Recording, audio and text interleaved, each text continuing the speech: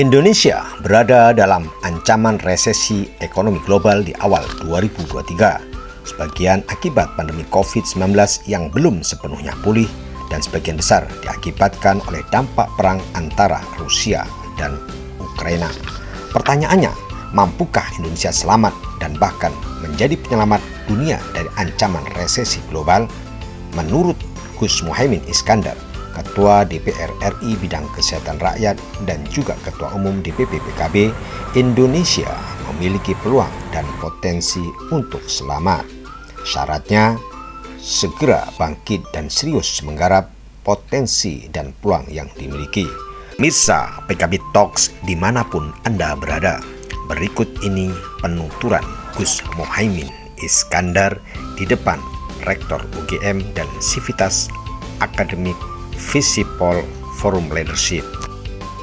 Dalam konteks peluang kita sebagai sebuah bangsa yang besar, bangsa yang memiliki sumber daya alam yang amat sangat kaya ini, maka sebetulnya peluang itu amat sangat tinggi menjadi mandiri. Kata-kata mandiri ini menjadi sangat penting di hari-hari ini, di mana semua negara pasca pandemi, lahir krisis ekonomi. Bu Sri Mulyani Menteri Keuangan sudah ngomong beberapa hari ini, Januari 2023 sudah pasti akan terjadi resesi. Pak Luhut pulang dari New York 2 hari yang lalu sudah mengabarkan kepada kita bahwa sudah hampir pasti dunia ini akan memasuki resesi berat 2023 ini.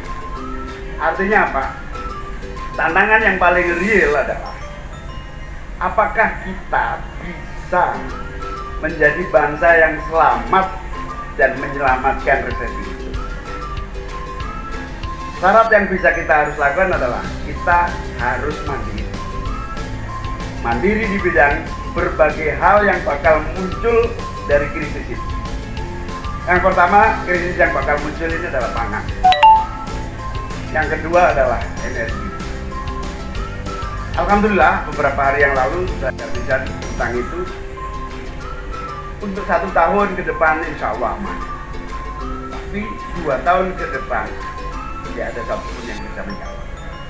Padahal kita punya tanah yang subur, padahal kita punya prasyarat yang cukup yang bisa menjadi kekuatan kita untuk mandiri.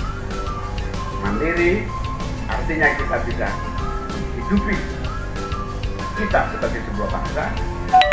Mandiri artinya bisa kita menguatkan kebutuhan ekonomi kita. Mandiri artinya kita tidak bergantung dari berbagai keadaan global.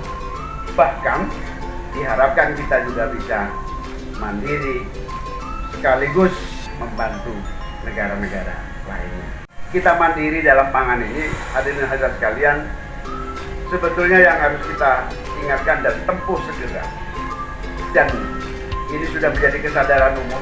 Ahli-ahli di sini mungkin bisa membantu, Bu Sri nanti bisa mengeksplor agar kita punya langkah-langkah tepat. Yang pertama adalah bahwa pertanian kita itu selalu menjadi andalan di saat-saat krisis. Bahkan ketika pandemi semua sektor remuk, pertanian punya kontribusi. Masalahnya adalah pertanian itu sendiri tidak memberi harapan bagi kemakmuran dan kesejahteraan para petani. Masalahnya adalah bahwa pertanian itu agenda-agendanya masih amat sangat kompleks.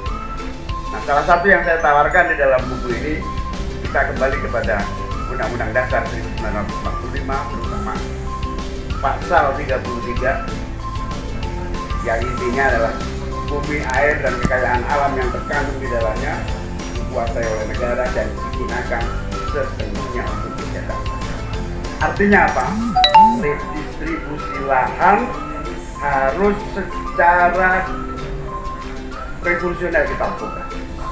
Saya nggak tahu bahasanya revolusioner atau apa. Pak Jokowi sudah memulai. Tapi harus ada langkah-langkah yang kira-kira harusnya Menteri Reformasi Agraria dan ATR, Menteri Agraria dan Reformasi Tata Ruang itu harusnya di situ pijakan bekerjanya itu di situ. Modal untuk menjadi kekuatan ekonomi. Karena itu tidak ada, hampir tidak ada masa depan. Angkatan muda petani tidak memiliki cita-cita untuk menjadi petani. Redistribusi lahan yang mulai dirintis Pak Jokowi, saya kira terlalu lambat.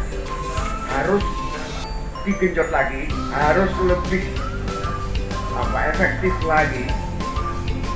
Tidak sekedar sertifikasi, tetapi lebih jauh dari kegiatan ongkos produksi yang membutuhkan subsidi. Hari ini saya tidak pernah berhenti didatangin petani, ditangisin karena pupuk yang lain. Subsidi pupuk tetap dibutuhkan karena ketidakberdayaan.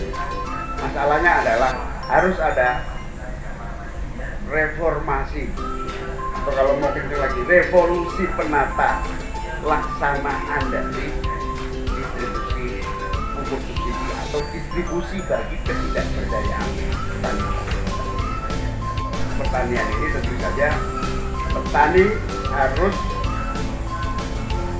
didorong untuk menggunakan manajemen baru di dalam proses produksi. Kolaborasi antar petani didukung oleh pemerintah, disupport mekanisme pasar oleh pemerintah, karena kalau tidak ada pemerintah di dalam mekanisme pasarnya pasti tidak berdaya, tengkulak yang berkuasa. Nah ini misalnya aset tanahnya menjadi sebuah kolaborasi antar petani, misalnya itu contoh. Disitulah salah satu cara-cara agar swasembada pangan yang disebut salah satu kebutuhan kita menghadapi krisis pangan nanti ini terjaga dengan baik. Begitu juga pada level bukan hanya petani.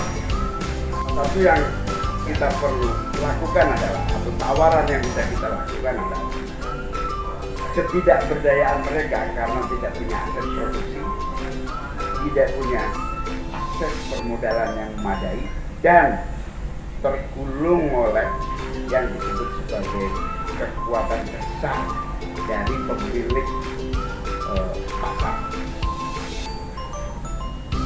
Alfamart, Indomaret, menggulung semua pedagang eceran. Ini harus ada solusi yang memadai. Begitu juga pada level penggunaan teknologi digital di dalam pemberdayaan rakyat. Pemerintah terus berusaha dan terus dilakukan, tetapi volumenya itu yang harus membutuhkan bantuan pemikiran adalah volume untuk mendongkrak pemberdayaan usaha kecil dan menengah itu amat sangat kecil.